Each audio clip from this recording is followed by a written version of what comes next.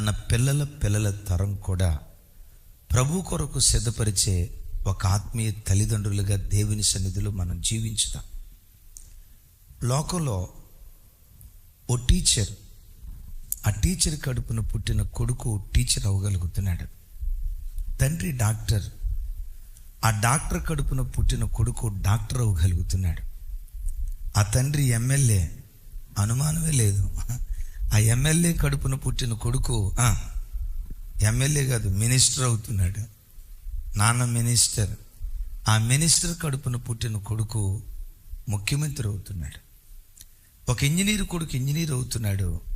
ఓ lawyer కొడుకు lawyer అవుతున్నాడు.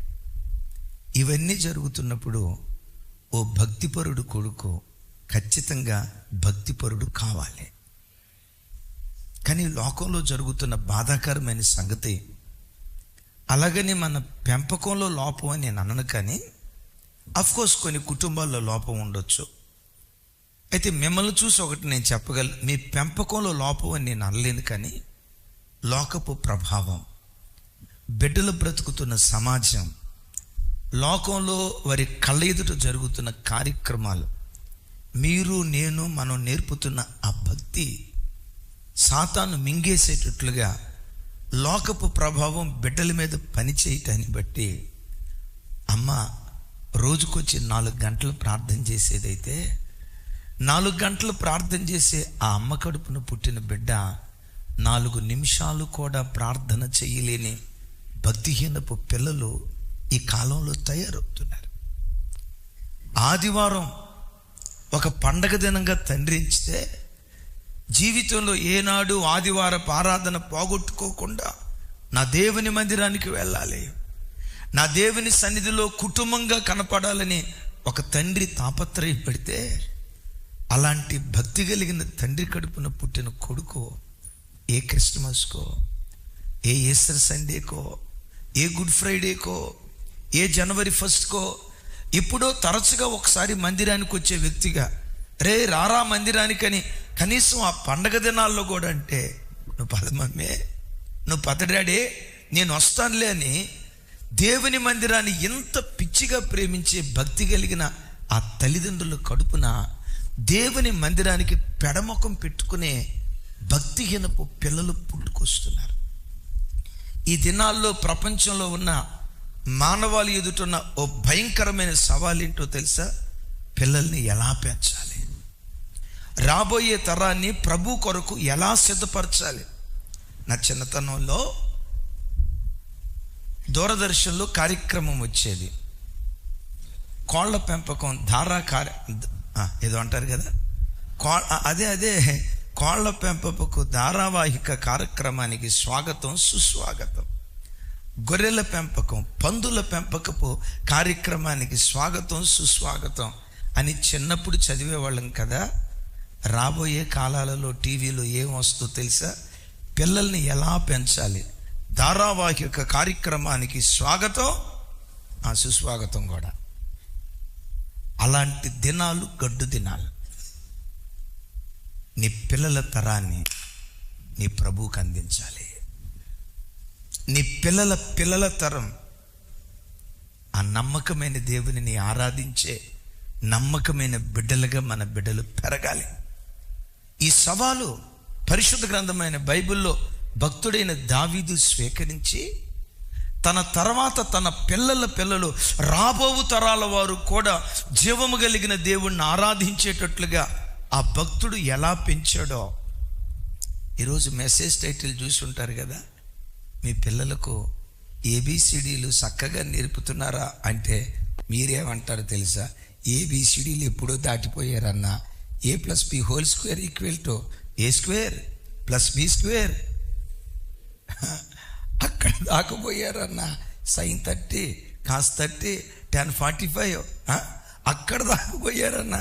మీరు ఇంకా ఏబిసిడీలే అని అంటారా? భక్తుడైన దావీదు తన పిల్లలకు నేర్పిన ఆ ఏబిసిడీలు. రండి వాక్యం ధ్యానించుదాం. దినవృత్తాంతాల 2వ గ్రంథం 1వ అధ్యాయం 17వ వచనం. ఒకసారి చూడండి అన్నమాట.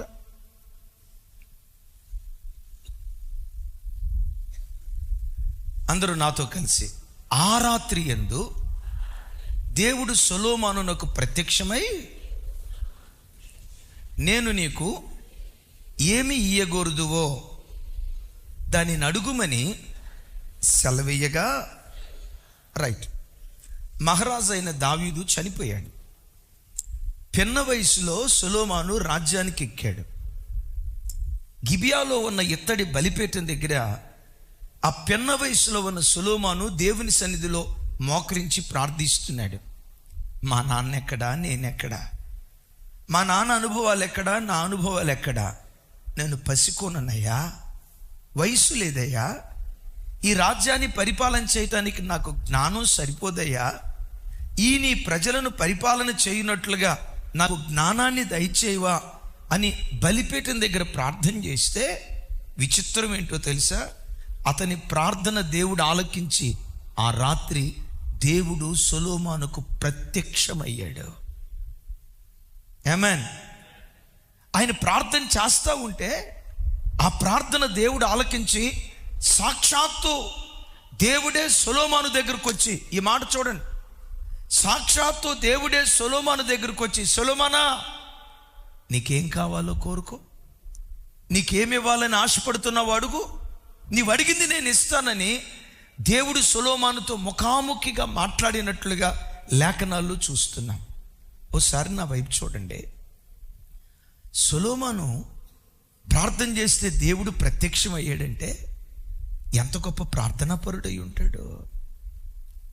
రాత్రిపూట ప్రార్థన చేశాడంటే దేవుడు ప్రత్యక్షమయ్యి అంతగా ప్రార్థన చేశాడంటే ఏ కోణంలో, ఏ రీతిగా దేవుని మనసు గెలుచుకునేటట్లుగా ప్రార్థించుంటాడు ఆలోచించండి.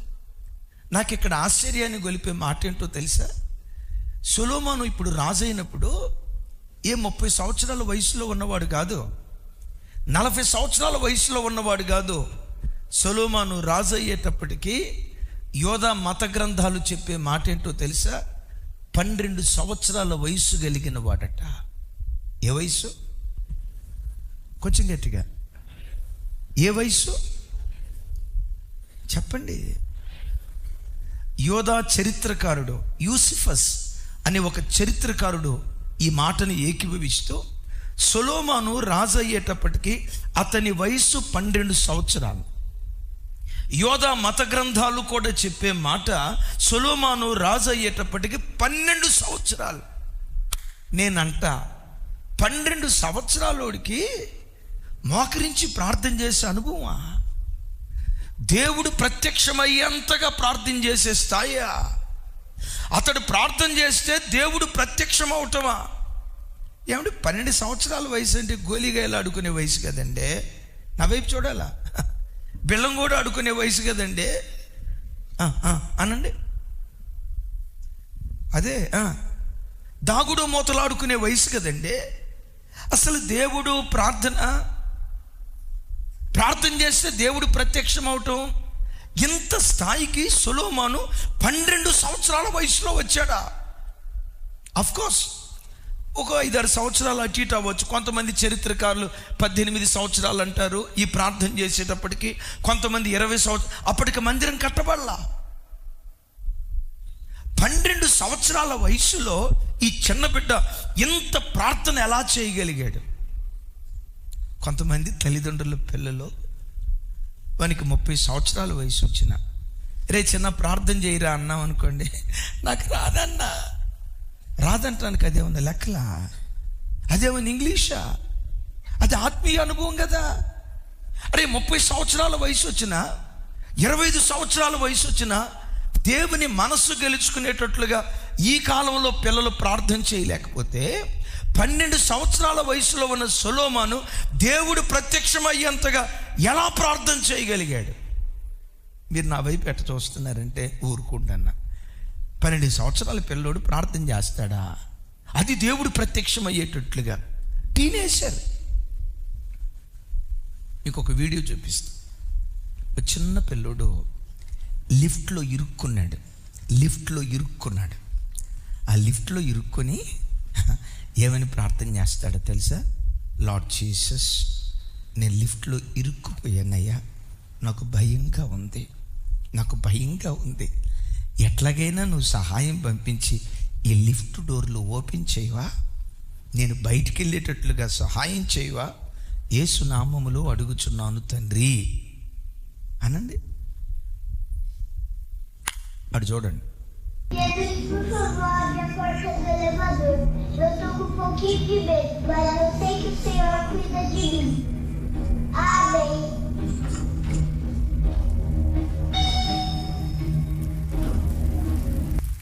One day after a long మళ్ళా వాడి వయసు ఎంత అమ్మ? 30 ఉంటాయా 40 ఉంటాయా? 30 40 అమ్మ సునీత? 50? ఎన్ని సంవత్సరాలు? అరే బుడతోడు సార్, బుడతోడు. నేనంట 5-6 సంవత్సరాల కంటే ఎక్కువ ఉండవు, 7 సంవత్సరాల పిల్లోడు లోపే లిఫ్ట్లో ఇరుక్కుపోతే. అసలు చూడండి, ఆ కష్టకాలంలో దేవునికి ప్రార్థన చేయాలన్న ప్రత్యక్షత ఎవరు నేర్పుంటారు? స్కూల్ టీచరా, లెక్కల మాస్టరా, హెడ్ మాస్టరా? వాళ్ళకు మించి కన్న గర్భం పసితనము నుండి దైవభక్తిని నేర్పింది. కష్టకాలంలో దేవుని సన్నిధిలో ప్రార్థన చేయటం నేర్పింది. నేనంట ఇంత చిన్న పిల్లోడు ప్రార్థన చేస్తే 12 సంవత్సరాలు సొలొమోను ప్రార్థన చేశాడు అని అంటంలో ఆశ్చర్యమేముంది? చిన్నతనం నుంచి దైవభక్తిని ఉగ్గుపాలతో మన పిల్లలకు నేర్పే కృప దయగల దేవుడు మనకు అనుగ్రహించును గాక. ఇంకోసారి చూడండి ఆ వీడియో.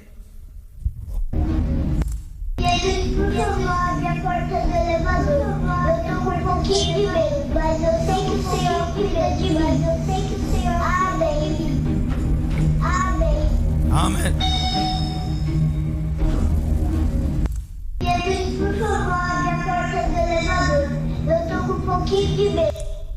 ఆమేన్.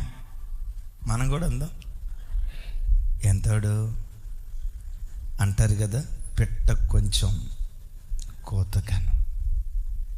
12 సంవత్సరాల పెన్న వయసులో సొలొమోను దేవుని సన్నిధిలో ప్రార్థన చేస్తే ఆ రాత్రి దేవుడైన యెహోవా ప్రత్యక్షమై, నేనంట సొలొమోనుకి భక్తి తన తండ్రి దావీదు ద్వారా వచ్చింది. అబ్షాలోములో పూర్వీకుల్లో మనం అంతా చూడలేకపోయినా దావీదు కొంచెం కాలు జారిన తర్వాత, తన తప్పు తెలుసుకొని దిద్దుబాటు చేసుకున్న తర్వాత, మునుపు భక్తిగా బ్రతికిన దానికంటే ఆ భక్తి స్థాయి మరెక్కువగా పెంచుకొని, నేను కోరుకున్న భక్తి నా చిన్నతనంలో నేను ఎలా పెరిగానో ఆ భక్తి నా పిల్లల్లో చూడాలని సొలొమోనును ఓ ప్రత్యేకమైన రీతిలో పెంచాడు. సొలొమోనును గురించి దేవుడు దావీదుతో అంటాడు, దావీదో, వృద్ధాప్యంలో పుట్టాడని, 12 సంవత్సరాల వయసులో వాడు రాజు అయ్యాడని, ఇప్పుడు నువ్వు చనిపోతున్నావని, నా సొలొమోను పరిస్థితి ఏమైపోద్దో నువ్వు కలవరపడుకో. దావీదుతో అంటాడు, సొలొమోనుకు నేను తండ్రినై ఉంటాను. అయ్యో తండ్రిగా నేను దూరం అయిపోతున్నాను అని అనుకుంటున్నావా? నీ సొలొమోనుకు ఇక మీదట నేను తండ్రిగా ఉంటాను. దేవుడు ఇంత గొప్ప మాట సొలొమోను గురించి మాట్లాడాడంటే, దావీదు సొలొమోనుకు ఏవి నేర్పుంటాడు? దావీదు నేర్పిన ABCDలు ఏంటో 4 చెప్తాను చూడండి. దినవృత్తాంతాల మొదటి గ్రంథం 28వ అధ్యాయం 9-10 వచనాలు నాతో కలిసి చెప్పండి. సొలొమోనా, పెద్దగా చెప్పండి రా తల్లి. సొలొమోనా, నా కుమారుడా, నీ తండ్రి యొక్క దేవుడైన యెహోవా అందరి హృదయములను పరిశోధించువాడును, ఆలోచనలన్నిటినీ సంకల్పములన్నిటినీ ఎరిగిన వాడై ఉన్నాడు. నీవు ఆయనను తెలుసుకొని, నేను చెప్పిన మాటలు వింటం కాదు, నీవే వ్యక్తిగతంగా ఆయనను నువ్వు తెలుసుకొని హృదయపూర్వకముగాను మనఃపూర్వకముగాను ఆయనను సేవించుము. ఆయనను వెతికిన యెడల ఆయన నీకు ప్రత్యక్షమగును. నీవు ఆయనను విసర్జించిన యెడల ఆయన నిత్యము త్రోసివేయును. పరిశుద్ధ స్థలముగా ఉండుటకు ఒక మందిరమును కట్టించుటకై యెహోవా, కొంచెం పెద్దగా చెప్పాలి, నిన్ను కోరుకొనిన సంగతి మనస్సునకు తెచ్చుకొని ధైర్యము వహించి పని జరిగించు. నా వైపు చూడు. దీనికి నేను పెట్టే పేరు ఏంటంటే spiritual alertness. A stands for alertness. తన కుమారుడికి దైవికమైన హెచ్చరిక చేస్తున్నాడు. ఏమని? నా కుమారుడా సొలొమోనా, నీవు వ్యక్తిగతంగా ఆయనను తెలుసుకొని మనఃపూర్వకంగా, హృదయపూర్వకంగా నీవు ఆయన్ని వెతికితే దేవుడు నీకు ప్రత్యక్షమవుతాడు. నేను కూడా అలా హృదయపూర్వకంగా వెతికా, నా దేవుడు నాకు ప్రత్యక్షమయ్యాడు. ఒకవేళ నీ స్థాయిని చూసి, నీ ఉద్యోగాన్ని చూసి, నీ హోదాను చూసి ఒకవేళ దేవుణ్ణి విసర్జిస్తే నిత్యము దేవుడు నిన్ను విసర్జిస్తాడు. జాగ్రత్త. నీవు ఆయన గణపరిస్తే నిన్ను దేవుడు గణపరుస్తాడు. నువ్వు దేవుని ప్రక్కన పెట్టావా, నిత్యము దేవుడు నిన్ను తృణీకరిస్తాడు. జాగ్రత్త అని స్పిరిచువల్ అలర్ట్నెస్, ఆత్మీయ హెచ్చరిక తన కొడుకు చేస్తున్నాడు. తల్లిదండ్రులారా, అయ్యలారా, లైవ్ చూస్తున్న బిడ్డలారా, తన కుమారుడికి ఆత్మీయ హెచ్చరిక చేసేటప్పుడు దావీదు వాడిన పదజాలం చూడండి. ఏమంటున్నాడు? సొలొమోనా, పెద్దగా, సొలొమోనా నా కుమారుడా. ఏం పదే పదే పిలవాల నా కుమారుడు అని? సొలొమోనా నా కుమారుడా. దావీదు పదే పదే మనం చూస్తే సొలొమోనా నా కుమారుడా, అయ్యో అబ్షాలోమా నా కుమారుడా. ప్రేమతో కూడుకున్న హెచ్చరిక, ఆప్యాయతతో కూడుకున్న హెచ్చరిక. నా ప్రభు బిడ్డలారా, తన కుమారుడైన సొలొమోనును ఎంత ప్రేమగా పలకరిస్తూ మాట్లాడుతున్నాడో చూడండి. అవును, ఈ మాట చదివినప్పుడు బైబిల్లో నాకు గుర్తొచ్చిన మొట్టమొదటి మాట ఏంటో తెలుసా? తన కొడుకును మోరియా పర్వతం మీదకి తీసుకెళ్తున్నాడు. నాన్న, బలికి అన్నీ ఉన్నాయి కానీ గొర్రెపిల్లేదు నాన్న అన్నాడు. అప్పుడు అంటాడు, నా కుమారుడా యెహోవాయే చూచుకొనును అన్నాడు. ఎవరో అట్లా అన్నాడా? రేయ్ నీకెందుకురా గొర్రెపిల్ల అంట, నీకెందుకురా పెద్దోళ్ళ విషయాలు? నరుమే, పెద్దోళ్ళ విషయాల్లో తలదొరసదు తెక్కలోడా. నరుమే, అంత పెద్ద పెద్ద మాటలు మాట్లాడతావా అని కొడుకును తృణీకరించలా. ఏమంటాడు? నా కుమారుడా, నా కుమారుడా. అమ్మా, పిల్లల్ని పిలిచేటప్పుడు ఆ పిలుపులోనే వాడి హృదయం గెలుచుకునేటట్లుగా ఆప్యాయంగా పిల్లల్ని పిలవండి, ఆప్యాయంగా మాట్లాడండి. నా కుమారుడా, పూర్ణ హృదయంతో ఆయన్ని వెతుకయ్యా, మనఃపూర్వకంగా దేవుని వెతుకయ్యా. ఆయన్ని వెతికితే దేవుడు ప్రత్యక్షమవుతాడు. ఒకవేళ ఆయనను విసర్జించావా, నిత్యము దేవుడు నిన్ను తృణీకరిస్తాడయ్యా అని ఆ తండ్రి కొడుకును ప్రేమతో హెచ్చరిస్తున్నాడు.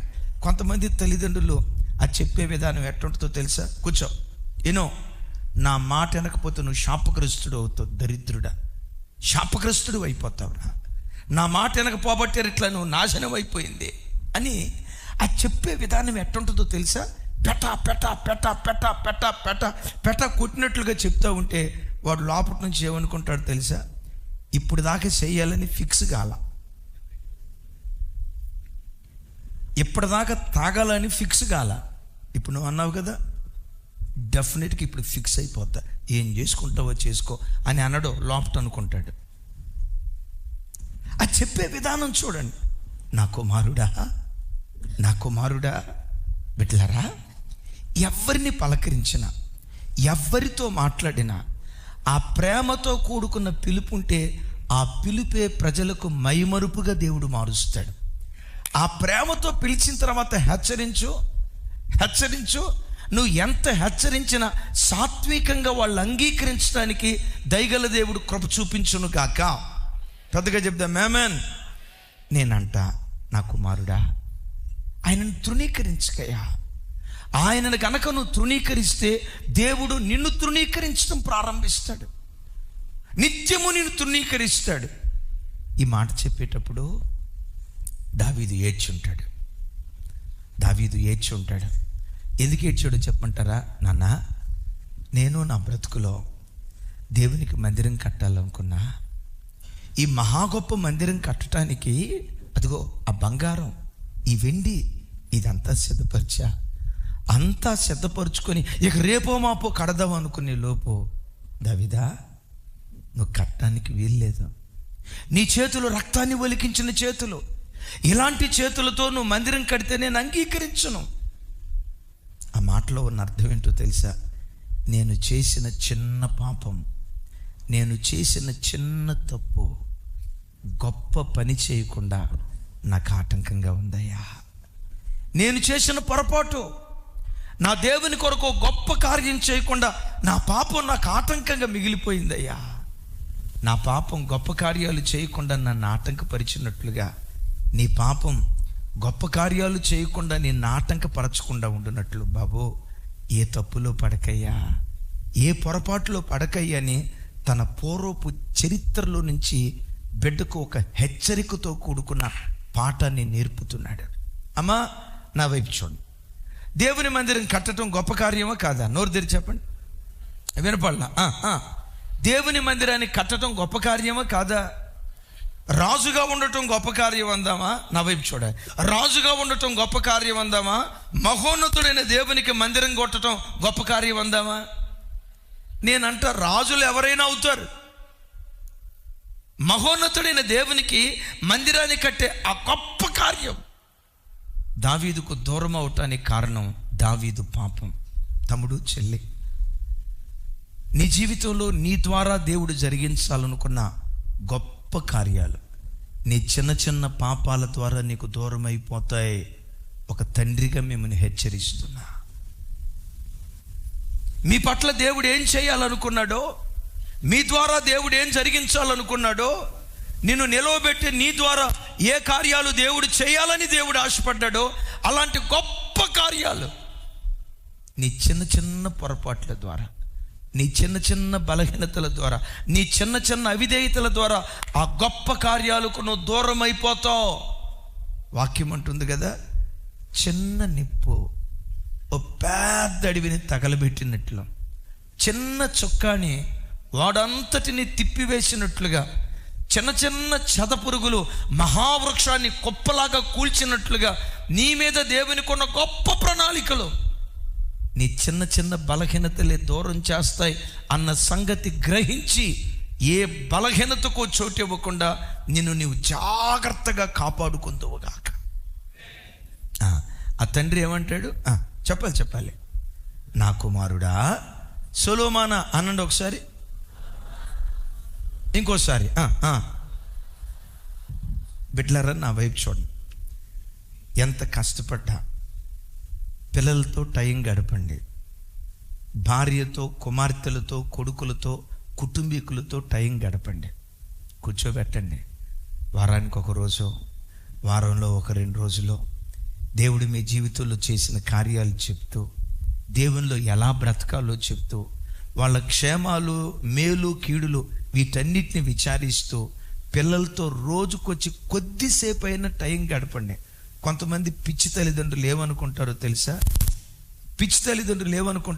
నేను కష్టపడేది ఎవరి కోసం అంటే ఆ పిల్లల కోసమే కదా రెక్కల ముక్కలు చేసుకుంటుంది. ఈ ప్రేమ కూర్చోబెట్టి చెప్పాలా అన్నట్లుగా తృణీకారంగా వెళ్తారు. టైం స్పెండ్ చేయండి. గుండెల్లో ఉన్న ప్రేమ పిల్లలకు పంచుకోండి. ఒక గొప్ప ఆటగాడు ఉన్నాడు, క్రిస్టియానో రొనాల్డో. అద్భుతమైన ఫుట్బాల్ ప్లేయర్, గొప్ప ఆటగాడు. ఓ రోజు ఆ ఆట నిమిత్తం వెళ్ళి ప్రాక్టీస్ చేసి ఆటలాడి కొన్ని రోజుల తర్వాత ఇంటికి వచ్చాడు. వాళ్ళ చిన్న కూతురు నాన్నకి ఎదురుగా వెళ్ళిందట. డాడీ నువ్వు రోజుకొచ్చి ఎంత సంపాదిస్తావు డాడీ అందట. చిన్న పాప రోజుకొచ్చి ఎంత సంపాదిస్తావు డాడీ అంటదేంటని విచిత్రంగా చూశాడు. ఎందుకు బేట? లేదు డాడీ, నువ్వు రోజుకొచ్చి ఎంత సంపాదిస్తావో చెప్పు డాడీ. రోజుకొచ్చి $10,000 సంపాదిస్తా డాడీ. $10,000 సంపాదిస్తానమ్మా అన్నాడట. వెంటనే అమ్మాయిందట, డాడీ అయితే నాకు ఒక $5,000 ఇరా అని అందంట. ఎంత? ఏదో క్యాడ్బెర్రీ చాక్లెట్ అడిగినట్టు అడిగింది, ఐస్ క్రీమ్ అడిగినట్టు అడిగింది. నాకు ఒక $5,000 ఇరా అని అంటే తండ్రి చూశాడు. ఏమా లేదు daddy, please daddy, please daddy, please daddy అని అంటా ఉంటే ఏదో పిచ్చిదిలే, తెలియక అంటుందిలే అని చెప్పి ఆ బిడ్డను అక్కడ ప్రక్కన పెట్టి తర్వాత గదిలోకి వెళ్ళాడు. ఏదో సౌండ్ వస్తుంది. ఏంటో సౌండ్ వస్తుందని బయటకు వచ్చి చూస్తే ఈ చిల్లర పైసలు దాచిపెడతారే ఆ డిప్పి బిడ్డ పగలగొట్టి ఆ కాగితాలన్నీ వేరతా డాడీ డాడీ నా దగ్గర $5,000 ఉన్నాయి డాడీ, ఇదిగో ఈ $5,000 తీసుకొని మాతో 12 గంటలు గడుపు డాడీ. నువ్వు రోజుకొచ్చి $10,000 సంపాదిస్తానన్నావు కదా, ఇదిగో ఈ $5,000 తీసుకొని ఇదిగో ఒక్క 12 గంటలు మాతో గడుపు డాడీ అని అంటే ఆ బిడ్డ అడిగే మాటలు విని నిశ్చేష్టుడే. నా పిల్లల కొరకు నేనేదో సంపాదిస్తున్నాను, నా పిల్లల కొరకు ఏదో నేను కూడగడుతున్నాను, నా పిల్లల కోసం ఏదో గొప్ప లైఫ్ ఇవ్వాలని ప్రాకులాడుతున్నాను. నా పిల్లలు నా దగ్గర నుంచి ఆశించేది నా డబ్బు కంటే నా ప్రేమను ఆశిస్తారు వాళ్ళు, నా ఆప్యాయతను ఆశిస్తారు వాళ్ళు, వాళ్ళతో టైం గడపాలని నా పిల్లలు ఆశిస్తారు.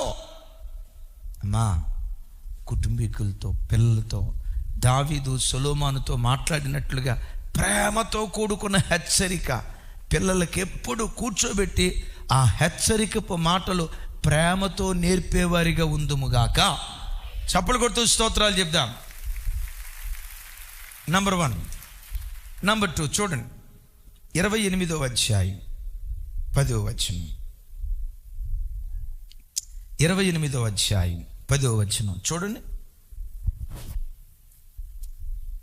పరిశుద్ధ స్థలముగా ఉండుటకు ఒక మందిరమును కట్టించుటకై యెహోవా నిన్ను కోరుకొనిన సంగతి మనస్సునకు తెచ్చుకొని ధైర్యము వహించి పని జరిగించుము.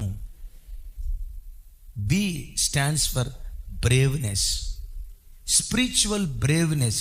ఏబిసిడీలు నేర్పాలి అని అన్నామే. A stands for alertness, B stands for braveness. కొడుకు ధైర్యం నేర్పుతున్నాడు. వినండి, కొడుకు ధైర్యం నేర్పుతున్నాడు. ఏమని ధైర్యం?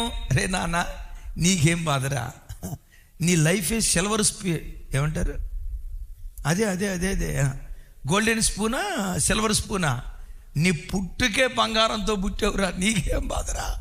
నీకు తెలుసు కదా, బేర్షెబా దగ్గర 100 ఎకరాల పొలం కొన్నాను రా, యోధా ప్రాంతంలో 150 ఎకరాల పొలం కొన్నాను రా. అదే మన ఊరు ఉందే, మన పుట్టినూరు ఉందే. ఏ ఊరు చెప్పండి? అదే నూజివీడు, అదే విజయవాడ, అదే వరంగల్, అదే మన పుట్టినూరు ఉంది. ఆ పుట్టినూరులో వరే 150 ఎకరాల మామిడి తోట కొన్నావురా, నీకేం బాధరా. కాలు మీద కాలు వేసుకొని హాయిగా నా ప్రాణమా తినుము, లైఫ్ ఎంజాయ్ చేయరా, నీకేం బాధ. భూలోకంలో సంపాదించిన ఆస్తి పాస్తులను బట్టి తన బిడ్డకు ధైర్యం ఇవ్వట్లా.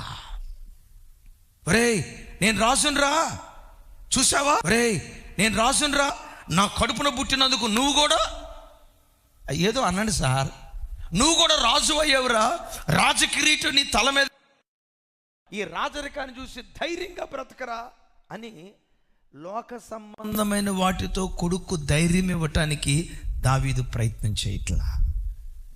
ఏ ధైర్యం ఇస్తున్నాడో తెలుసా?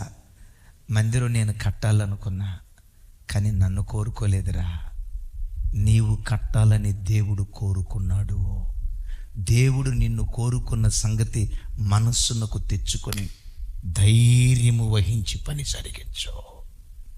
మరి నాయనా, నువ్వు పుట్టిన తర్వాత నీ ద్వారా మందిరాన్ని కట్టిస్తానని దేవుడు అల్లా. అసలు నువ్వు పుట్టక మునిపే, ఈ మాటలు చూడండి, నువ్వు పుట్టక మునిపే ఒకానొక రోజు దేవునికి మందిరం కట్టాలని నాతాను ప్రవక్తను పిలిచి మాట్లాడితే దేవుడు వద్దన్నాడు. నేను మనస్సులో ఆయాసపడకుండా తిరస్కారాన్ని కూడా అంగీకరించి దేవుని సన్నిధిలో కూర్చొని ఇలా అన్నా, యెహోవా గొర్రెల దొడ్డిలో నుంచి నన్ను లేవనెత్తి ఇంతటి వాణ్ణి చేశావు, ఇంతటి వాణ్ణి చేయటానికి నేనే పాటి వాడినయ్యా. యోధా గోత్రంలో నా కుటుంబం ఏ పాటిది? నా తండ్రి యెషీకి పుట్టిన 8 మంది పిల్లల్లో నేను ఏ పార్టీ వాడిని? మా ఇంటికి సమూయేలు ప్రవక్త వస్తే కనీసం నా తండ్రి నన్ను కబురు పంపించలా.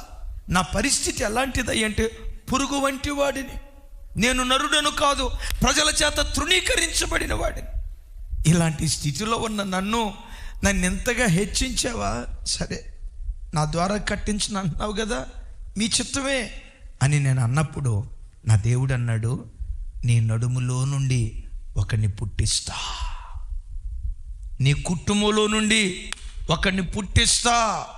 నేను పుట్టించిన నా కుమారుడు, నీ కుమారుడు నా కొరకు గొప్ప మందిరాన్ని కట్టిస్తాడు, గొప్ప మందిరాన్ని కట్టిస్తాడు. ఇప్పుడు సొలొమోను చూసి అంటాడు, నాన్న, నేను పుట్టక మునిపే నన్ను గూర్చి దేవుడు చెప్పాడా? బిడ్డలారా, నేను పుట్టక మునిపే నా గూర్చి దేవుడు చెప్పాడా నేను మందిరాన్ని కడతానని? నీవు చేయలేని కార్యాన్ని నా ద్వారా జరిగిస్తానని నేను పుట్టక మునిపే నన్ను గూర్చి చెప్పాడా? అవును నాయనా, కావాలంటే నాతాను తాతయ్య ఉన్నాడు కదా, నాతాను పాస్టర్ గారు ఉన్నాడు కదా, ఆ పాస్టర్ గారిని పిలిచి అడుగు నాన్న, కావాలంటే అడుగు.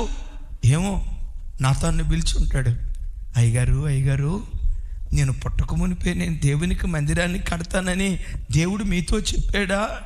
నాతాను ప్రవక్త అని ఉంటాడు, సొలొమోనా, నువ్వు పుట్టక మునిపే నిన్ను గూర్చి దేవుడు ప్రవచించాడు. మహోన్నతుడైన దేవునికి నువ్వు మందిరాన్ని కట్టిస్తావని, నువ్వు ఒక కారణ జన్ముడు అని, ఒక కారణం చొప్పున పుట్టిస్తానని నువ్వు పుట్టక మునిపే దేవుడు నిన్ను గూర్చి మాట్లాడాడు. ఆ మాట వినటంతో సొలొమోను గుండెలు నోటి మాటలతో చెప్పలేనంత ధైర్యంతో నిండుకున్నాయి. బిడ్డలారా, మీకు వివాహమైన తర్వాత మీరు మొట్టమొదట ఆశించింది ఏంటో తెలుసా? దేవుడు గర్భఫలం ఇస్తే ఆ బిడ్డను దేవుడి కొరకు పెంచుతా. కొంతమంది జీవితాల్లో ఆలస్యంగా దేవుడిచ్చాడు. ఆ బిడ్డ పుట్టే వరకు, దేవా నా గర్భాన్ని పండించవా, నాకు కొడుకునివ్వవా, ఒక కూతుర్నివ్వవా అని ఎంత ఏడ్చి ప్రార్థన చేస్తేనో నీ కడుపున ఒక కూతుర్ని, ఒక కొడుకుని దేవుడు పుట్టించాడు. ఆ పిల్లలకి ఏం చెప్పాలో తెలుసా? నాన్న, నువ్వు ఎట్లా పుట్టినోడువో తెలుసా? ప్రార్థన ద్వారా పుట్టినవాడివిరా, ఏడిస్తే పుట్టినోడివిరా, తల్లిదండ్రులు అట్లా పుట్టినవాడివి కాదురా, నువ్వు ఒక కారణ జన్ముడివి, ఒక కారణం చొప్పున దేవుడు నిన్ను పుట్టించాడు. చెప్తూ దావీదని ఉంటాడు, నేను కడతానంటే వద్దన్నాడు, నువ్వు కడతానంటే ఓకే అంటున్నాడు. నాకంటే నువ్వెంత శ్రేష్ఠుడువో కదరా. నువ్వు కూర్చున్న లేచిన దేవునికి మందిరం కట్టడానికి దేవుడు నిన్ను కోరుకున్న సంగతి మనస్సునకు తెచ్చుకొని ధైర్యము వహించి పని జరిగించు అంటాడు. చప్పట్లు కొడుతూ స్తోత్రాలు చెప్దాం. నా దేవుని బిడ్డలారా, నువ్వు కూర్చున్నా లేచినా నీ ధైర్యం ఏవై ఉండాలో తెలుసా? ఈ గడ్డలో 800 కోట్ల మందికి పైగా ప్రజలు ఉన్నారు. 800 కోట్ల మంది ప్రజల్లో నన్నే దేవుడు కోరుకున్నాడు. ఇంతకు మించిన భాగ్యం నాకేముంది? నాకే ఈ గొప్ప రక్షణ భాగ్యం ఇచ్చాడు. ఇంతకు మించిన భాగ్యం నా బ్రతుకులో ఏముంది? నా గ్రామంలో ఎంతోమంది నిజదేవుడిని అంగీకరించలా, నా బంధువుల్లో రక్త సంబంధికుల్లో ఎంతోమంది నిజదేవుడిని అంగీకరించలా. అరే బాబు, యేసు ప్రభు నిజదేవుడురా, తెలుసుకోండిరా. ఆయన సృష్టికర్త, మనుషుల చేత సృష్టించబడిన వాడు కాదు, మనుషులను సృష్టించిన సృష్టికర్త. ఈ సృష్టికర్తను నమ్ముకోండిరా అని అంటే యేసుక్రీస్తు అంటంతో తెల్లోళ్ళ దేవుడు వెకిలిగా మాట్లాడుతున్నారే, ఆయన అమెరికా దేవుడు వెకిలిగా మాట్లాడుతున్నారే, కులం తక్కువ వాళ్ళ దేవుడు వెకిలిగా మాట్లాడుతున్నారే, వాళ్ళందరికీ దొరకని దేవుడు నీకు దొరికాడే. సొలొమోనును మందిరం కట్టడానికి దేవుడు కోరుకున్నాడు. నిన్నెందుకు కోరుకున్నాడో తెలుసా? నీ గుండె గదిని తన మందిరంగా మార్చి నీలో నివసించటానికి నిన్ను దేవుడు కోరుకున్నాడు. Praise the Lord. ఏమండి, నేనంట ఇప్పుడు ఆ అభి పాట పాడాడు. వాళ్ళ నాన్న వచ్చాడా, మోషే గారు వచ్చాడా, పాత నిబంధన ప్రవక్త. వాళ్ళ అమ్మ వచ్చిందా? నా కొడుకు పాట పాడాడు. ఈ మాట చెప్పడానికే వాడికి పాట ఇచ్చింది. ఇప్పుడు నలుగురు సేవకులు అక్కడ ఉంటే, ఇప్పుడు ఆ బిడ్డ పాట పాడుతూ ఉంటే, నా బిడ్డ పాట పాడాడు, ఎంత చక్కగా పాడాడు. ఆ తల్లి హృదయం ఓ చిన్నపాటి క్రిస్మస్ పండుగ కాదు, ఆ పండుగ ఎందుకు పనికి వస్తుంది, దానికి మించిన పండుగ. నేను కోరుకుంటేనే ఆ తల్లి ఎంత ఆనందిస్తే, నిన్ను కోరుకుంది జెరిమియా అన్న కాదు, జ్యోతక్క కాదు, భూమి ఆకాశాలు పట్టజాలని మహాదేవుడు. భూమి ఆకాశాలు పట్టజాలని మహాదేవుడు. నువ్వు పేదవాడివైనా నిన్ను కోరుకున్నాడు. సమాజం కులం తక్కువవాడు అని చిన్న చూపు చూసిన నిన్ను కోరుకున్నాడు. వీళ్ళు దరిద్రులురా, రెక్కాడిన డొక్కాడిని పేద బ్రతుకురా, వీళ్ళు అంటరాని వాళ్ళురా, వీళ్ళు కులం తక్కువ వాళ్ళురా, వీళ్ళు పేదవాళ్ళురా, ఓ ఈ దైన్యమైన స్థితిలో బ్రతుకుతున్న వాళ్ళురా అని నీ పేద స్థితిని చూసి లోకమంతా చిన్న చూపు చూస్తే, నీలాంటి పేదదాన్ని నా దేవుడు ప్రేమించి గుప్పెడంత నీ చిన్న గుండె గదిలో నీతో కూడా బ్రతకాలని ఆయన ఆశపడ్డాడు. ఇంతకు మించి ఏం కావాలి? స్పిరిచువల్ బ్రేవ్నెస్ పిల్లలకు పదే పదే నేర్పండి. రే నాన్న, పూరింట్లో ఉన్న పర్వాలేదురా, చిరిగిపోయిన చాప మీద పండుకున్న పర్వాలేదురా, మనకి ఏసీ లేకపోవచ్చు, వాటన్నిటిని మించిన గొప్ప దేవుడు మనకు దొరికాడు. వాటన్నిటికి మించిన శ్రేష్టమైన దేవుడు మనకు దొరికాడు. ఇల్లు కంటే, వెండి కంటే, బంగారం కంటే, ధనధాన్యాల కంటే, ఆస్తిపాస్తుల కంటే సంపన్నుడు, శ్రీమంతుడైన దేవుడు ఆయన మనకు దొరికాడు. ఆమేన్. మన బంగారం ఆయనే, మన వెండి ఆయనే, మన సంపద ఆయనే. ఏ రోజుకైనా స్థితిలో దేవుడు మనల్ని నిలవబెడతాడు. Praise the lord. ఎవరైనా వచ్చి, డాడీ వాళ్ళ నాన్న వాళ్ళ అబ్బాయికి పులిగోరులు చేయించాడట డాడీ, చేతికి బ్రాస్లెట్ చేసాడట డాడీ, నువ్వు కనీసం బంగారం చేయించకపోయావు అని అన్నారనుకోండి, పిలిపించాడు. రేపు మనం పరలోకానికి వెళ్ళిన తర్వాత బంగారం మన మెడ మీద ఉండదు, మన చేతికి ఉండదు, మన నడుంకు ఉండదు, మన మెడలో ఉండదు. ఆ బంగారం రేపు మన కాళ్ళ కింద ఉంటుందిరా. కాళ్ళ కింద బంగారం వేసుకొని బంగారాన్ని తొక్కుని వెళ్ళి స్థితిమంతులుగా పరలోకంలో దేవుడు నిలవబెడతాడు రా. అట్లాగని ఒకటి పరలోకానికి వెళ్ళిన తర్వాతే చేస్తాడని కాదు. సామెత ఒకటి ఉంది, వైఎస్ రాజశేఖర రెడ్డి గారి డైలాగ్ ఒకటి ఉంది. ఏంటో తెలుసా? అమ్మకి అన్నం పెట్టనోడు పిన్నికి బంగారు గాజులు చేయిస్తానన్నాడట. అమ్మకి అన్నం పెట్టనోడు పిన్నికి బంగారు గాజులు చేయిస్తానన్నాడట. ఈ దేవుడు ఎవరో తెలుసా? అమ్మకి అన్నం పెడతాడు, పిన్నికి బంగారు గాజులు కూడా చేయిస్తాడు. ఆమేన్.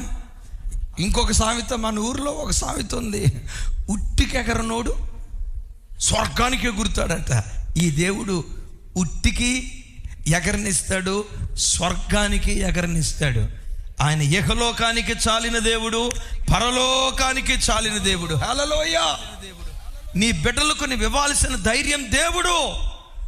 ఆస్తిపాస్తులు కాదు, వెండి బంగారాలు కాదు, ధనధాన్యాలు కాదు. నేనంట దేవుడనే ఆ చిన్న పదం గుండెల్లో ఎంత ధైర్యాన్ని పుట్టిస్తుందో తెలుసా? సర్వం కోల్పోయిన పరిస్థితిలో ఉన్నా కూర్చొని ఆలోచించేటప్పుడు, నాకేం, నా యేసయ్య ఉన్నాడుగా, కోల్పోయినవన్నీ మరలా నాకు తిరిగిస్తాడుగా. ఆ ఒక్క చిన్న ధైర్యం కుప్పలా కూలిపోయిన వాడిని కూడా, అదో పాతాళములో పడిపోయిన వాడిని కూడా ఆ చిన్న మాట ఆకాశమంత ఎత్తుకు లేవనెత్తుతుంది. Praise the Lord, praise the Lord. నా ప్రభు బిడ్డలారా, ఈరోజు దైవ సన్నిధికి వచ్చిన మన బ్రతుకులో ఏ బాధలు లేవు కాబట్టి నిమ్మక నీరెత్తి ఏమంటారు, అదే ఏ బాధ లేవు కాబట్టి నిమ్మక నీరు ఎత్తినట్టు కూర్చొని ప్రశాంతంగా దేవుని వాక్యం వింటున్నాం అని అంటానికి వీల్లేదు.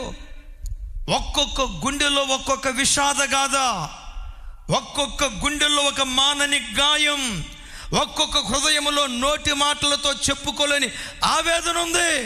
అందుకని పెద్దలు ఒక మాట అన్నారు, శీత కష్టాలు శీతవి, పీత కష్టాలు పీతవి, దానికి కొసమెరిపి ఇంకొక మాట అంట, గీత కష్టాలు గీతవి. అంటే ఎవరికుండే కష్టాలు వాళ్ళకి. ఇన్ని కష్టాల మధ్యలో ఎందుకు ఇంత ధైర్యంగా నువ్వు ఉన్నావో తెలుసా? దేవుడున్నాడనే ఆ ఒక్క నమ్మకం నీ గుండెల్లో ధైర్యాన్ని పోసింది. ఏదో ఒక రోజు నా పరిస్థితి దేవుడు చక్కదిద్దుతాడు. అదే మన క్రికెట్లో జమీమా ఈ రాత్రి ఏడ్చేటప్పుడు అనుకుంటుందట, నా దేవుని వాక్యం రాయబడింది కదా, సాయంకాలము ఏడ్పు వచ్చి రాత్రంతా ఉండిన ఉదయమున సంతోషం కలుగుతుంది. ఈరోజు ఏడ్పు వచ్చిందేమో, ఈ రాత్రి దుఃఖం ఉందేమో, ఈ రాత్రి కన్నూరు ఉందేమో, రేపు తప్పకుండా దేవుడు నవ్విస్తాడు. నేనంట దేవుడనే ఆ చిన్న పదం అన్నా, దేవుడనే చిన్న పదం నోటి మాటలతో చెప్పలేని ధైర్యం ఇస్తుంది. దావీదు తాను సంపాదించిన వెండి బంగారాలను కూర్చిన ధైర్యం తన పిల్లలకి ఇవ్వాల. వసంతనా ఏ ధైర్యం ఇచ్చాడు? అరే నీకేమిరా నాయన, మోరీలు 3 ఎకరాల పొలం, ఏమండి పాలకొల్లులో అమ్మకు సొంత ఇల్లు ఉంది. సొంత ఇల్లు ఉందా? మీ మేనమామ కొడతాడు రే. రైట్, హల్లెలూయా. మనకేమిరా అని వెండి బంగారాలను బట్టిన కానీ ధైర్యం కాదు, వాటికి మించి దేవునిని గూర్చిన ధైర్యం బిడ్డల గుండెల్లో నూరిపోయండి.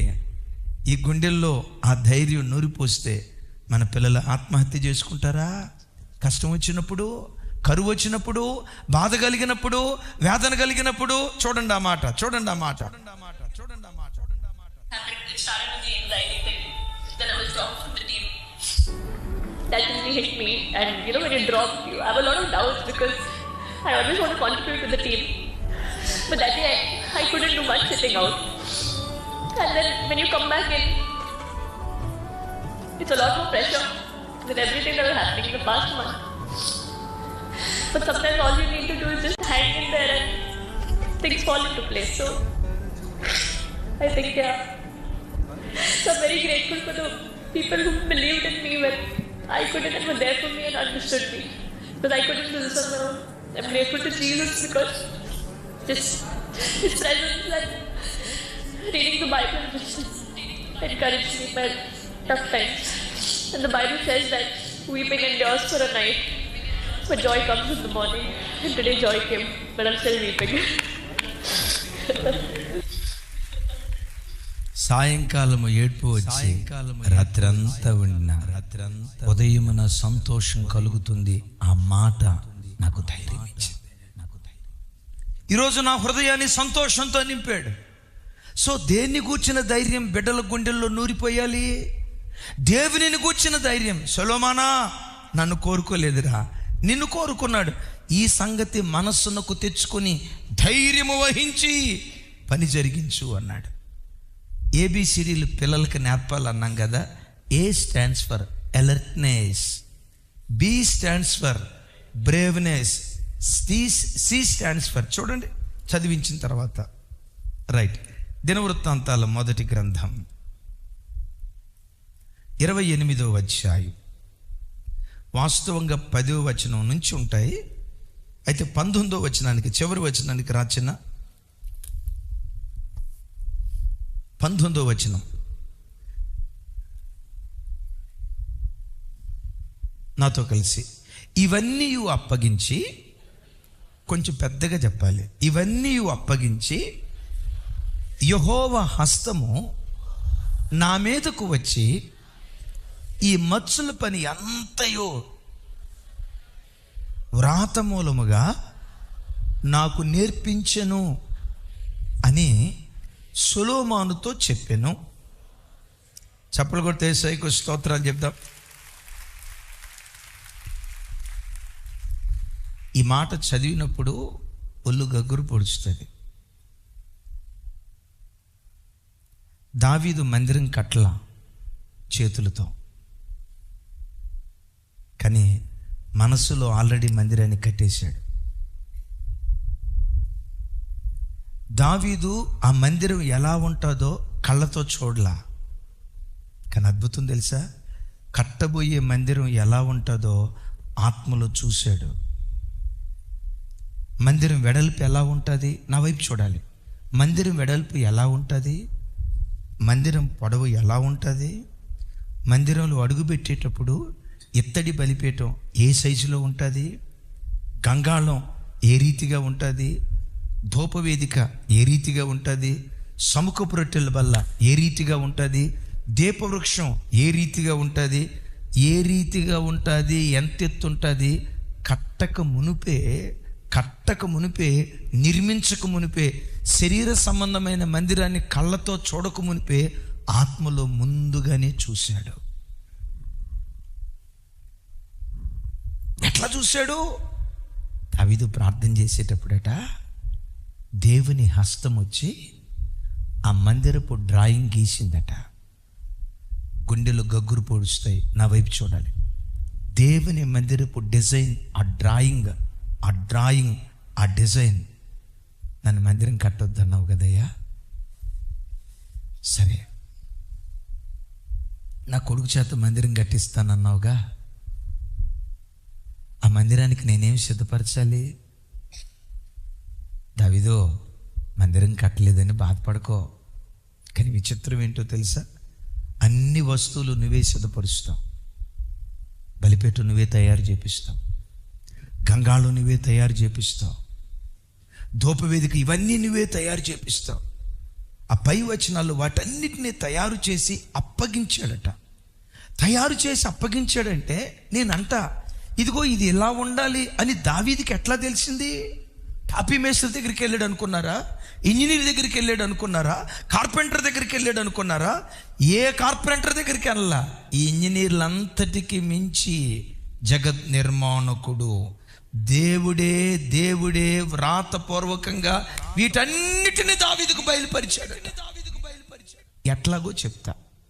ఏమండి, మనం 3 స్టేర్ బిల్డింగ్ కట్టాలనుకున్నాం, లేదు ఒక అపార్ట్మెంట్ కట్టాలనుకున్నాం, లేదు ఈ స్థలంలో 1000 గజాల మందిరం కట్టుకున్నాం. మందిరం కట్టక మునిపే దీనికి ముందు ఒకటి వస్తుంది, బ్లూ ప్రింట్ అని, డ్రాయింగ్ అని, డిజైన్ అని. అన్న వస్తుందా లేదా? ఆ డిజైన్ తీసుకున్న తర్వాతే కదా, బ్లూ ప్రింట్ తీసుకున్న తర్వాతే కదా వర్క్ స్టార్ట్ చేసేది. ఏం అట చూస్తున్నారండి? అవునా కదా? ఒక ఇల్లు కట్టబోయే ముందు దానికి ముందుగానే డిజైన్ వస్తుంది కదా, దానికి డ్రాయింగ్ వస్తుంది కదా. ఇదిగో వాష్రూమ్ ఇక్కడ, కిచెన్ రూమ్ ఇక్కడ, లివింగ్ రూమ్ ఇక్కడ, బెడ్రూమ్ ఇక్కడ, డైనింగ్ రూమ్ ఇక్కడ, ఇదిగో పలానా అని ఆ డ్రాయింగ్ అంతా వస్తుంది కదా. దావీదు ప్రార్థనలో ఉన్నప్పుడు ఆ డ్రాయింగ్ అంతా దేవుడు దావీదుకి ఇస్తే, అది ఎలా చేయాలో కూడా దావీదుకు దేవుడు నేర్పితే వాటన్నిటిని తయారు చేసి సొలొమోనుకు అప్పగించాడట. ఈ మాట వినటంతో సొలొమోను, నాన్న దేవుడు నీ దగ్గరకు వచ్చాడా? అవునయ్యా. దేవుని హస్తం నీకు కనపడిందా? అవునయ్యా.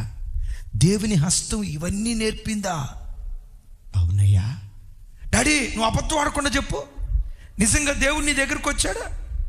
అట్లా అంటావు నాయనా.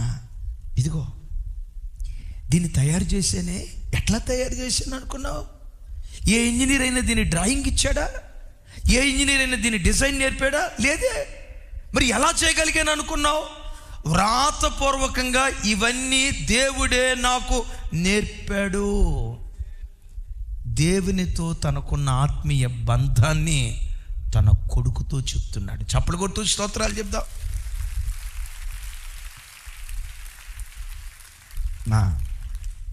మీ పిల్లలు మీ ఇంట్లో మీతో పాటు ఉన్నప్పుడు యేసయ్య మిమ్మల్ని ఎట్లా దర్శించాడో, కలలో కానీ, వాక్యం ద్వారా కానీ, దర్శనం ద్వారా కానీ దేవుడు మిమ్మల్ని ఎట్లా దర్శించాడో, మీరు మోకరించి ప్రార్థించేటప్పుడు మీరు పొందుకున్న ఆత్మీయ అనుభూతి ఏంటో, దేవుడు మిమ్మల్ని బలపరిచిన విధానం.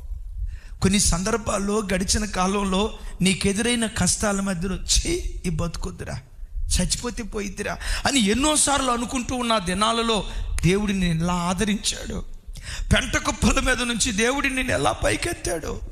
ఈరోజు సమాజంలో ఒక విలువ కలిగిన వాడిగా ఎలా నీ దేవుడు నిన్ను నిలవబెట్టాడో, నీ దేవునితో నీకున్న అనుబంధాన్ని నీ పిల్లలకు పదే నువ్వు నూరిపోసేదానిగా ఉండాలి.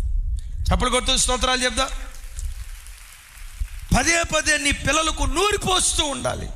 నాన్న, అలాంటి సందర్భంలో నా శరీరంలో అనారోగ్యం వచ్చిందిరా, చచ్చిపోతాను అనుకున్నాను రా, ఇక నాన్నను చూస్తాను అనుకోలేదురా, మీరు అనాథలు అయిపోతారు అనుకున్నాను రా, నా చిన్న వయసులో నేను మరణ పంచుల దగ్గరికి వెళ్ళాను రా.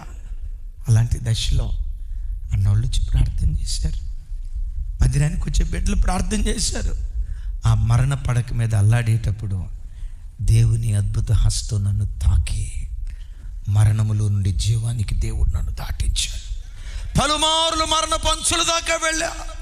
ఆ మరణం వెంటాడుతున్నప్పుడు జీవాధిపతిగా దేవుడు ప్రత్యక్షమై మరణపు కోరల నుంచి దేవుడు నన్ను విడిపించాడు. కుటుంబాన్ని ఎలా కట్టుకోవాలో దేవుడు నాకు నేర్పాడురా. పిల్లల్ని ఎలా పెంచాలో దేవుడు నాకు నేర్పాడురా. చిన్న కష్టాన్ని జాగ్రత్తగా ఎలా వాడుకోవాలో దేవుడు నాకు నేర్పాడురా. ఇవన్నీ నేను ఎక్కడో నేర్చుకున్నాయి కాదురా, నా దేవుడు నాకు నేర్పాడు. నీ ఆత్మీయ బంధం, దేవునితో నీకున్న బాండేజ్ నీ పిల్లలకు విశదీకరిస్తూ చెప్పు. పిల్లలారా, నా వైపు చూడండి. ఎప్పుడైనా తల్లిదండ్రులు దేవుని మాటలు చెప్తా ఉంటే ఆ చరిత్ర చెవియొక్కి ఆలకించండి. వినుట వలన విశ్వాసం పుడుతుందని లేఖనం అంటుంది కదా. ఆ మాటలు వింటా ఉంటే ఆ విశ్వాస బీజం మీ గుండెల్లో నాటబడి దావీదు చేసిన కార్యం కంటే సొలొమోను గొప్ప కార్యం చేశాడు కదా. మీ తండ్రులను దీవించిన దానికంటే మిమ్మల్ని దేవుడు గొప్పగా దీవించడం ప్రారంభిస్తాడు. ఆమెన్. కొంతమంది పిల్లలు ఉన్నారు, రే అమ్మా దేవుడు ఎట్లారా, దేవుడు నన్ను ఇట్లా ప్రేమించాడురా, నా బ్రతుకులో ఇట్లా చేశాడురా అని అంటంతో, మమ్మీ దేవుడు అలా చేశాడా, హైదరాబాద్ వచ్చినప్పుడు మన పరిస్థితి అదా, ఎలా దేవుడు లేవనెత్తాడని చెవియొక్కి కొంతమంది ఆలకిస్తారు. కొంతమంది పిల్లలు ఇక నాకు చెప్పొద్దు మమ్మీ, నేను అందుకే ఇంటికి రాంది. పద్దాకలు ఇంటికి వచ్చి దేవుడు దేవుడు దేవుడు అంటావు, అది ఒక్కటే ప్రపంచమా? ప్రపంచం ఎంత పెద్దకుందే, నాకు పద్దాకలు ఆ సోది వీళ్ళు అనే మాట. కొంతమంది మాట ఏంటో తెలుసా, ఆ సోది నాకు చెప్పొద్దు. కీర్తనల గ్రంథం 44వ కీర్తన చూడండి ఒకసారి. సరే తమ్ముడు చూయించు 102వ కీర్తన. దావీదు రాబోయే తరాల కొరకు ఎంత తహతహలాడాడు చూడండి ఇక్కడ నాతో కలిసి. ఆయన తన ఉన్నతమైన పరిశుద్ధ ఆలయము నుండి వంగి చూచినని, ఆకాశము నుండి భూమిని దృష్టించిననియు, వచ్చు తరములు తెలుసుకున్నట్లు ఇది వ్రాయబడవలెను, సృజింపబోవు జనము యెహోవాను స్తుతించును. చప్పట్లు కొడుతూ దేవుని స్తోత్రాలు చెప్దాం. ఏమన్నాడు ముగింపు మాట? సృజింపబడబోవు జనం యెహోవాను స్తుతించాలి. తల్లిదండ్రులారా, మనందరి గుండెల్లో నా కుటుంబంలో నుంచి బయలుదేరబోయే తరం, మా గ్రామంలో బ్రతికే తరం, మా కుటుంబాల్లో నుంచి బయలుదేరే తరం దేవుని స్తుతించేవారిగా ఉండాలి. దావీదు దీనికి ఏం చేశాడు అంటాడు, పెంట కుప్పల మీద నుండి దీనులను పైకెత్తువాడు ఆయనే అని. చూడండి అక్కడ అలా లేవనెత్తటానికి ఉన్నత స్థలములో ఉన్న దేవుడు ఇలా భూమి వైపు తొంగి చూస్తున్నాడు అని దావీదు రాశాడు. నేనంట సొలొమోనే అడిగి ఉంటాడు అనుకోండి, డాడీ దేవుడు పెంట కుప్పల మీద నుంచి దీనులను పైకెత్తటానికి ఆకాశం నుంచి భూమి వైపు తొంగి చూస్తున్నాడు అంటున్నావు, ఇది నీకు ఎట్లా తెలిసింది డాడీ అని ఉంటే దావీదు ఏమని ఉంటాడు తెలుసా? నాన్న, ఇది ఎవరి జీవితంలోనూ జరిగింది కాదురా, మీ నాన్న నేనున్నానే. దావీదు, ఒకప్పుడు నా పరిస్థితి ఏంటో తెలుసా? అరే గొర్రెల కాపురంలో రమ్మను, తాతయ్య గొర్రెల్ని ఇస్తే గొర్రెల మేపటానికి వెళ్ళా. ఈ దేవుడు ఏం చేశాడో తెలుసా? గొర్రెల దొడ్డిలో నుండి లేవనెత్తి సింహాసనం మీద కూర్చోబెట్టాడు. ఇది నా జీవితంలో జరిగింది రాని తన అనుభవాన్ని, తన క్లోజ్నెస్, తన స్పిరిచువల్ క్లోజ్నెస్ తన పిల్లలకు చెప్తున్నాడు. చాలాసార్లు ఈ మాట చెప్పి నేను ముగింపుకి వెళ్తాను. తల్లిదండ్రులుగా మన భక్తి జీవితం సంఘానికి వచ్చే ఎంతోమందికి చెప్తాం, మన సాక్ష్యం 100 మందికి చెప్తాం, మన సాక్ష్యం 1000 మందికి చెప్తాం, మన సాక్ష్యం వెళ్ళిన చోట అనేకులకు చెప్తాం. వెళ్ళిన చోట అనేకులకు చెప్పే మనం ఎందుకో పిల్లలను కూర్చోబెట్టి మన సాక్ష్యం చెప్పేటప్పుడు నోరు నొక్కుకుపోతే అందరికీ చెప్దాం. ప్రత్యేకంగా మన కడుపును పుట్టిన మన పిల్లలకు, మన బిడ్డలకు మన అనుభవాలు పంచుకుందుముగాక. ఆమేన్. ABCDలు అన్నా కదా. A stands for alertness, B stands for braveness, C stands for closeness, last one D stands for deposit. అమ్మా అదే, ఎంత డిపాజిట్ చేశారు పిల్లలకి? డిపాజిట్లు కొన్నారమ్మా? ఏదో అంటారు కదా డిపాజిట్లో, అంతేనా? అటు పేరు నాకు తెలియదు, చెప్పండి అన్న. డిపాజిట్, పిల్లల పేరు ఫిక్స్డ్ డిపాజిట్. తప్పు కాదు, అది అవసరమే. డిపాజిట్. దావీదు సొలొమోను కొరకు డిపాజిట్ ఏది చేశాడో తెలుసా? తన కన్నీటి ప్రార్థనే దేవుని ధనాగారంలో డిపాజిట్గా ఉంచాడు. దేవుని ధనాగారంలో తన కన్నీటి ప్రార్థనే డిపాజిట్గా ఉంచాడు. యేసయ్యకి మహిమ కలుగును గాక. చూడండి ఆ మాట ఒకసారి. దినవృత్తాంతాల మొదటి గ్రంథం 29వ అధ్యాయం 19వ వచనం. దేవుని సన్నిధిలో తాను చేస్తున్న ప్రార్థన నాతో కలిసి చెప్పండి. నా కుమారుడైన సొలొమోను నీ ఆజ్ఞలను, నీ శాసనములను, నీ కట్టడలను గైకొనుచు వాటన్నిటినీ అనుసరించున్నట్లు నేను కట్టదలిచిన ఈ ఆలయమును కట్టించున్నట్లు అతనికి నిర్దోష హృదయము దయచేయుము. చప్పలు కొడితే యేసయ్యకు స్తోత్రాలు చెప్దాం. తన కొడుకు కోసం దావీదు ఏం చేస్తున్నాడు? ప్రార్థిస్తున్నాడు. ఏమని ప్రార్థిస్తున్నాడు? నా కొడుకు చేత మందిరం కట్టించయ్యా అని అల్లా, నా కొడుకు నీ మందిరాన్ని కట్టాలయ్యా అని అల్లా. ఆ ప్రార్థనలో ఉన్న మహాత్యం ఏంటో తెలుసా? ఆలయాన్ని కట్టించటానికి కావలసిన హృదయాన్ని దయచేయమని దేవుని సన్నిధిలో ప్రార్థిస్తున్నాడు. ఈ మాట తేడా చూడండి. ఆలయాన్ని కట్టించు అనకుండా నీ ఆలయాన్ని కట్టించటానికి నిర్దోష హృదయము నా కొడుకు దయచేయి. దీని అర్థం ఏంటో తెలుసా? ఆశీర్వదించయ్యా నా పిల్లల్ని, దీవించయ్యా నా పిల్లల్ని. అది కాదు చేయాల్సింది. నా పిల్లలు నీ దీవెన పొందుకోవటానికి తగిన వారిగా బ్రతుకున్నట్లుగా, యోగ్యులుగా బ్రతుకున్నట్లుగా, అర్హులుగా బ్రతుకున్నట్లుగా ఆ అర్హమైన క్యారెక్టర్ నా పిల్లల గుండెల్లో కొమ్మరించయ్యా. ఆశీర్వదించమని కాదు, నీ గర్భాన పడినప్పుడే దేవుడు వాళ్ళని ఆశీర్వదించాడు. అయితే మనం చేయాల్సిన ప్రార్థన ఏంటో తెలుసా? ఆశీర్వదించమనే దానికంటే కూడా ఆ ఆశీర్వాదాన్ని పొందటానికి యోగ్యమైన గుణాలు దేవుడు వారికి ఇచ్చేటట్లుగా వారి కొరకు ప్రార్థించేవారిగా ఉందముగాక. నీకు తెలుసా, నీ పిల్లల కొరకు నువ్వెంత ప్రార్థన చేస్తావో ఆ ప్రార్థన అంతా పరలోకపు ధననిధిలో ఫిక్స్డ్ డిపాజిట్ అయిపోద్ది. నాకు వినపడలా? ఏమన్నాను?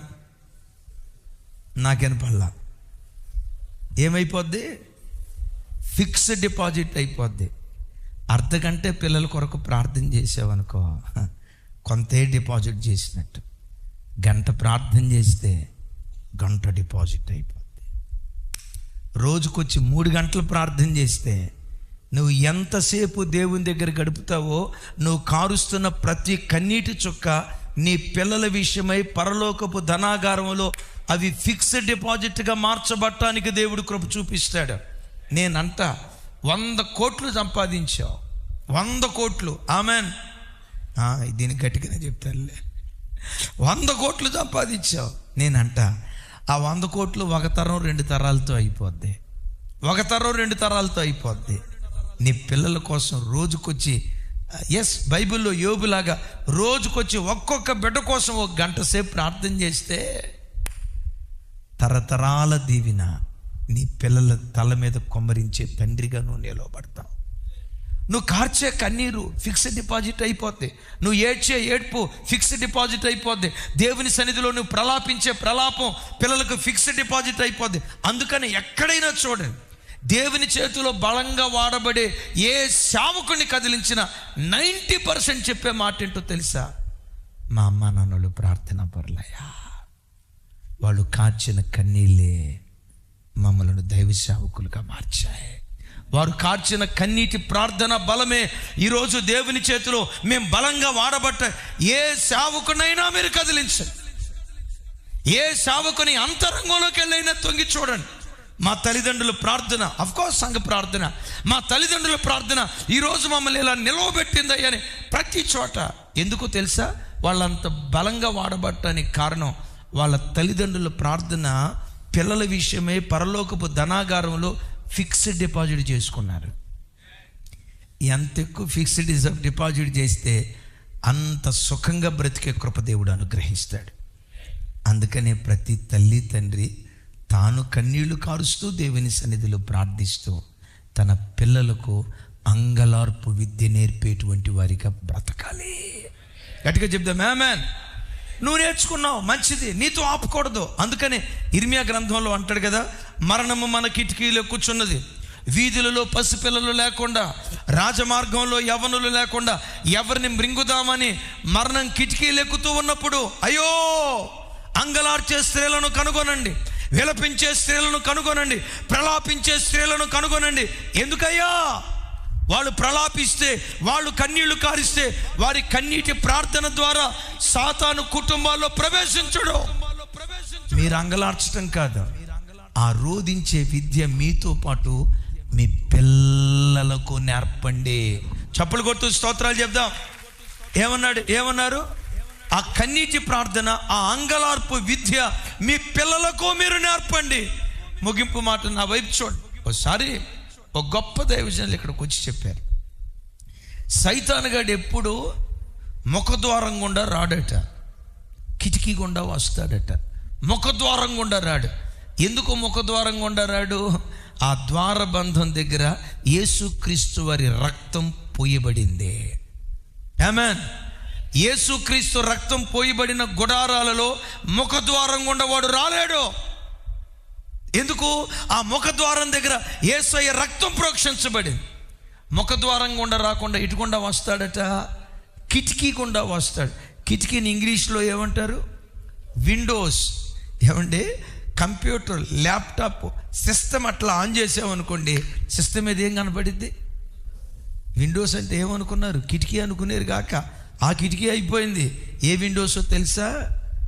సోషల్ మీడియా అనే విండో ద్వారా, సెల్ ఫోన్ అనే విండో ద్వారా, వాట్సాప్ అనే విండో ద్వారా, ఫేస్బుక్ అనే విండో ద్వారా ఒక్కొక్క కుటుంబాల్లో ప్రవేశించి పిల్లలను వాడు మింగేస్తున్నాడు.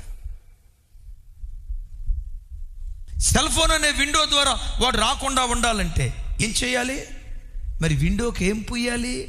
ఆ దైవజనుడు చెప్పిన మాట ఏంటో తెలుసా? ద్వారబంధాలకేమో యేసయ్య రక్తం పోయబడింది, ఆ విండోస్కి నీ కన్నీటి ప్రార్థన చుక్కలను పూయాలి. నీ కన్నీటి ప్రార్థన చుక్కలు పూస్తే కిటికీలో ఉంచరాడు, ముఖద్వారం ఉండరాడు. అప్పుడు ప్రైజ్ ది లార్డ్. అప్పుడు నీ ఇంటిలో వాడికి ఎంత కూడా చోటు లేకుండా ఓ కాపుదల కలిగిన కుటుంబాలుగా దేవుని నీడలో బ్రతకటానికి దేవుడు కృప చూపిస్తాడు. Praise the Lord. తాను భక్తిగా బ్రతికి తన పిల్లల తరాన్ని మరెక్కువ భక్తి కలిగేటట్లుగా పెంచాడు.